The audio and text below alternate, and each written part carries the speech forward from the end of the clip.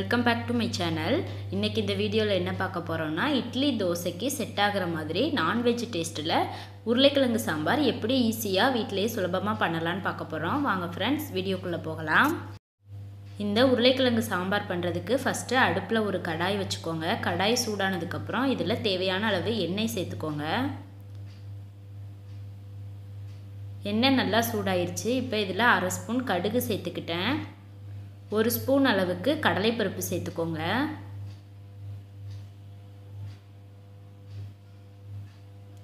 இப்போ இதில் ஒரு கொத்து கருவேப்பிலை சேர்த்துக்கோங்க. கடலைப்பருப்பு எண்ணெயிலேயே நல்லா ஃப்ரை ஆகணும். இப்போ இதில் 2 பச்சை மிளகாய் நீல வாக்கில் கீறி வச்சுருக்கேன், அதை சேர்த்துக்கிட்டேன். ஒரு பெரிய சைஸ் வெங்காயம் நீல வாக்கில் இந்த மாதிரி கட் பண்ணி வச்சுருக்கேன், அதையும் சேர்த்துக்கிட்டேன். இப்போ இது எல்லாத்தையுமே நல்லா வதக்கி விட்டுக்கலாம்.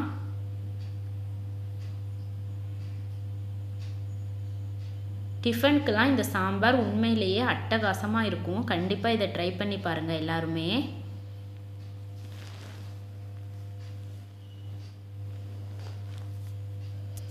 வெங்காயம் நல்லாவே வதங்கிடுச்சு. இப்போ இதில் ஒரு மீடியம் சைஸ் தக்காளி கட் பண்ணி வச்சுருக்கேன், அதையும் சேர்த்துக்கிட்டேன்.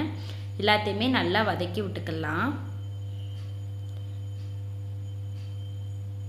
வெங்காயம் தக்காளி வதங்குற அளவுக்கு மட்டும் கொஞ்சமாக உப்பு சேர்த்துக்கோங்க.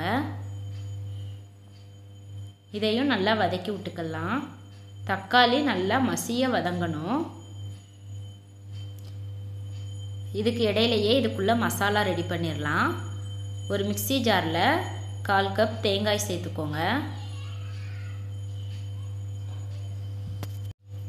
தேங்காய் கூடவே ஒரு 25 கிராம் அளவுக்கு பொட்டுக்கடலை சேர்த்துக்கிறேன். இதில் 2 துண்டு பட்டை, 1/2 ஸ்பூன் சோம்பு, ஒரு 6 கிராம்பு சேர்த்துக்கோங்க.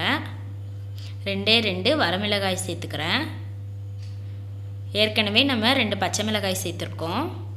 இப்போ இதை ஃபைன் பேஸ்ட்டாக அரைச்சி வச்சுக்கோங்க. தக்காளியும் ஓரளவுக்கு நல்லாவே மசிஞ்சிருச்சு. இப்போ இதில் ஒரு 1/2 ஸ்பூன் அளவுக்கு மஞ்சள் தூள் சேர்த்துக்கிறேன். நான் 1/4 கிலோ உருளைக்கிழங்கு வேக வச்சு தோல் உரித்து நறுக்கி வச்சுருக்கேன், அதை இப்போ இந்த ஸ்டேஜில் சேர்த்துக்கிறேன். இப்போ உருளைக்கிழங்கு இந்த தக்காளி வெங்காயத்து கூட நல்லா பிரட்டி விட்டுக்கலாம்.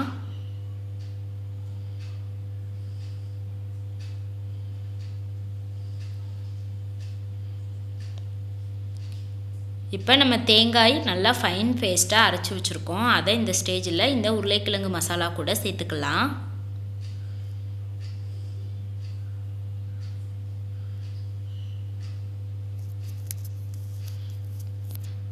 இதை நல்லா இப்போ கிளறி விட்டுக்கோங்க.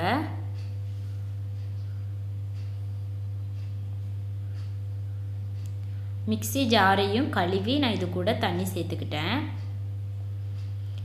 பொட்டுக்கடலை சேர்த்துருக்கிறதுனால இந்த குழம்பு நல்லாவே திக்காகும், அதனால கொஞ்சம் தண்ணியாகவே வச்சுக்கோங்க.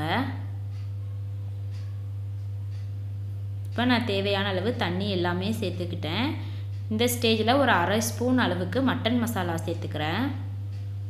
சிக்கன் மசாலா சேர்க்கக்கூடாது ஃப்ரெண்ட்ஸ், மட்டன் மசாலா தான் சேர்க்கணும். இந்த ஸ்டேஜில் உங்களுக்கு உப்பு காரம் எல்லாமே சரியாக இருக்கான்னு பார்த்துக்கோங்க. எனக்கு எல்லாமே சரியாக இருக்குது. இப்போ இந்த குழம்ப நல்லா கொதிக்க வைக்கணும்.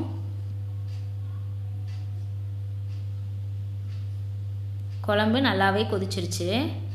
பாருங்கள், நம்ம எவ்வளோ தண்ணி சேர்த்துருந்தோம், இப்போ எந்த அளவு திக்காயிருச்சுன்னு. உண்மையாகவே டேஸ்ட்டு ரொம்ப அட்டகாசமாக இருக்கும்.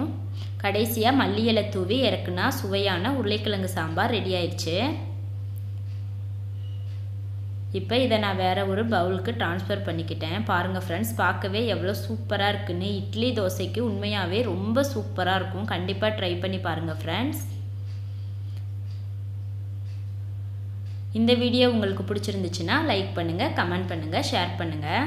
சப்ஸ்கிரைப் பண்ண மறந்துடாதீங்க ஃப்ரெண்ட்ஸ். அப்படியே பக்கத்தில் இருக்கிற பெல் பட்டனையும் கிளிக் பண்ணுங்கள். அப்போ தான் நான் போடுற வீடியோ உடனுக்குடனேயே உங்களுக்கு வந்து சேரும். தேங்க்யூ.